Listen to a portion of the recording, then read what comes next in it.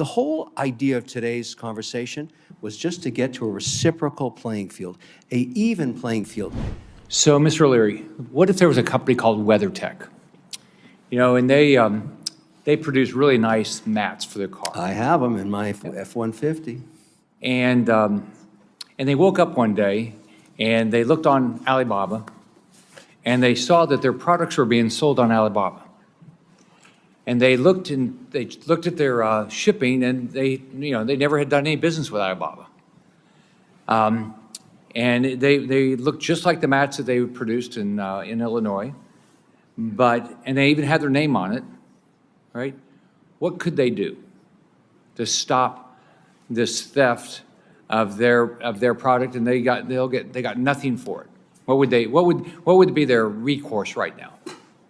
There is nothing they can do.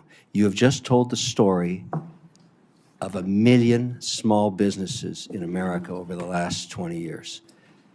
They innovate, they create, they're entrepreneurs, they prove their product in the American consumer market at around 5 million in sales.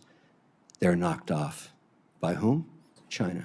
Very often, the same plants that ran the molds under a relationship they had with the company. A lot of companies went to China 20 years ago, 10 years ago, and put their molds there, and during the day, the company would run the WeatherTech mat, in this example, here theoretically, and then at night, they'd run the knockoff mat.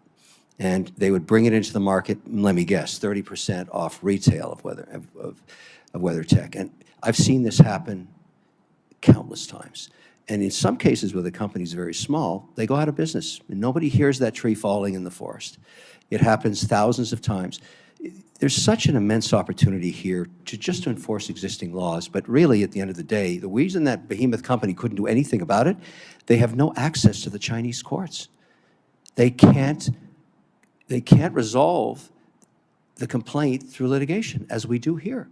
So my recommendation is, look, if you're a Chinese company and you want to use our courts to litigate your complaint, sorry. Not until you open yours. We'd love to work with you, but unless it's a reciprocal playing, the whole idea of today's conversation was just to get to a reciprocal playing field, a even playing field. American companies have always been very competitive anywhere on earth when given a chance on a transparent and competitive playing field. That's not the case in China.